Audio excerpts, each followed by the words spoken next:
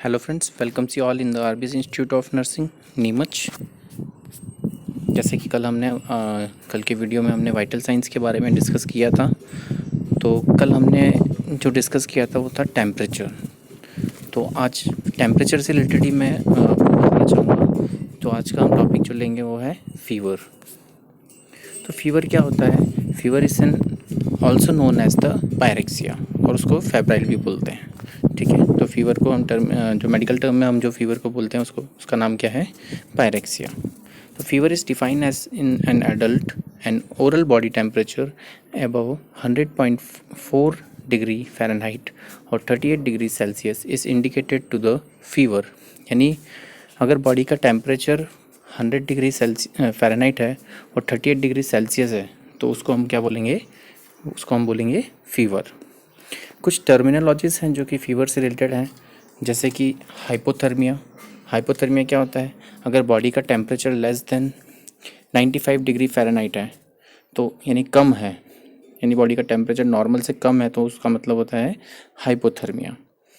सब normal body temperature उसको क्या बोलेंगे? 95 डिग्री से 98 डिग्री फ़ारेनहाइट के बीच में अगर टेम्परेचर होगा तो हम उसको क्या बोलेंगे? सब नॉर्मल बॉडी टेम्परेचर। लो पायरेक्सिया क्या होता है? अगर बॉडी का टेम्परेचर 99 से 100 डिग्री फ़ारेनहाइट के बीच में है तो उसको क्या बोलेंगे? लो पायरेक्सिया। मॉडरेट पायरेक्सिया क्या होता है? बॉडी का टेम्परेचर अगर 100 से लेके 103 डिग्री फ़ारेनहाइट है तो उसको हम क्या बोलेंगे? Moderate pyrexia. हाई पायरेक्सिया क्या होता है? बॉडी का टेम्परेचर अगर 103 से लेके 105 डिग्री फ़ारेनहाइट तक है तो उसको हम क्या बोलेंगे? High pyrexia. हाइपर पायरेक्सिया क्या होता है? अगर बॉडी का टेम्परेचर 105 डिग्री फ़ारेनहाइट है तो हम उसको क्या बोलेंगे? Hyper pyrexia. और हाइपरथर्मिया क्या होता है? बॉडी का temperature up to 105 degree Fahrenheit है, अगर उसका बॉडी का टेम्परेचर जो है वो अप टू 105 डिग्री फ़ारेनहाइट है तो हम उसको क्या बोलेंगे? हाइपरथर्मिया। तो ये कुछ टर्मिनोलॉजीज़ थी जिसको कि हमने कैटेगराइज किया है टेम्परेचर के बढ़ने में कि कितना बढ़ता है तो उसको हम क्या बोलते हैं। इसके बाद हम बात करते हैं टाइप्स ऑफ फीवर की। तो फीवर के टाइप्स क्या क्या होते हैं? तो सबसे पहला जो टाइप है उसको हम बोलते हैं ऑनसेट और इन्वेशन। ऑनसेट और इन्वेशन के अंदर क्या होता है? Rising condition of the temperature.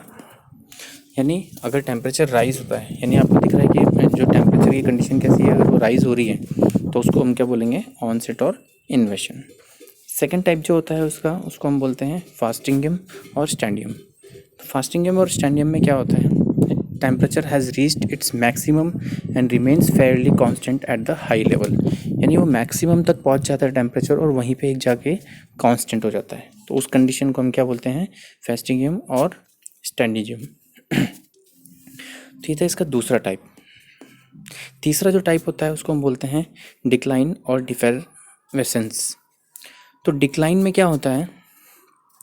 जो एलिवेटेड टेम्परेचर होता है वो वापस से अपने नॉर्मल में रिटर्न हो जाता है, उसको हम बोलते हैं डिक्लाइन टेम्परेचर और डिक्लाइन फीवर।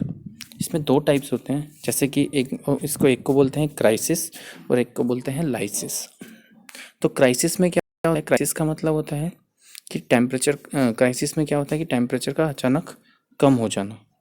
ठीक है, उसको हम बोलते हैं क्राइसिस। इसके भी अगेन दो टाइप्स होते हैं, ट्रू क्राइसिस और फॉल्स क्राइसिस। तो ट्रू क्राइसिस में क्या होता है? पेशेंट की कंडीशन इम्प्रूव होती है, और फॉल्स क्राइसिस में क्या होता है? पेशेंट की कंडीशन इम्प्रूव नहीं होती है। तो ये क्राइसिस के दो टाइप्स थे। लाइसिस में क्या होता है? लाइसिस में बढ़ा हुआ टेम्परेचर जिगजैग मैनर में डिक्रीज़ होता है। कैसे? अचानक से डिक्रीज़ ना होके वो जिगजैग मैनर में डिक्रीज़ होता है। जिगजैग मैनर मतलब कि कभी तो बढ़ता है, कभी कम होता है, कभी बढ़ता है, कभी कम होता है। अप एंड डाउन वाली कंडीशंस उसके अंदर होती है, तो उसको हम क्या बोलते हैं? लाइसिस। इसके बाद आता है कांस्टेंट एंड कंटिन्यूस फीवर। तो कांस्टेंट एंड कंटिन्यूस फीवर में क्या होता है? Temperature varies not more than 2 degree Fahrenheit between morning and evening, not return to normal. यानी वो क्या है कि वापस यानी जो उसका वेरिएशन है 2 डिग्री फ़ारेनहाइट से बिटवीन में ही रहता है, मॉर्निंग से और इवनिंग के बीच में, वो नॉर्मल कंडीशन में नहीं आता है, उसको हम बोलते हैं कांस्टेंट। फिर आता है रिमिटेंट फीवर। रिमिटेंट फीवर में क्या होता है, temperature varies more than 2 degree between morning and evening but returns to normal.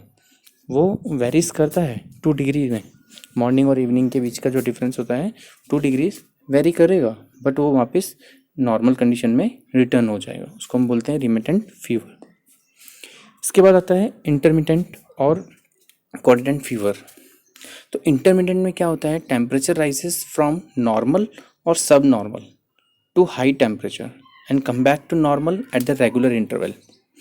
ठीक है, तो टेम्परेचर राइज तो करता है और नॉर्मल में पहुंचता है, फिर सब नॉर्मल में आता है, फिर टेम्परेचर वापस से क्या होता है कि वो अपने नॉर्मल कंडीशन में आ जाता है, बट एक रेगुलर इंटरवल ऑफ टाइम में। ठीक है, उसको हम बोलते हैं इंटरमिटेंट।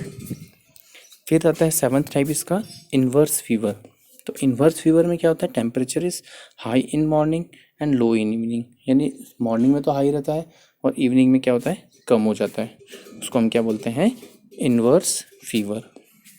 इसके बाद आता है आपका हैक्टिक और स्विंगिंग फीवर।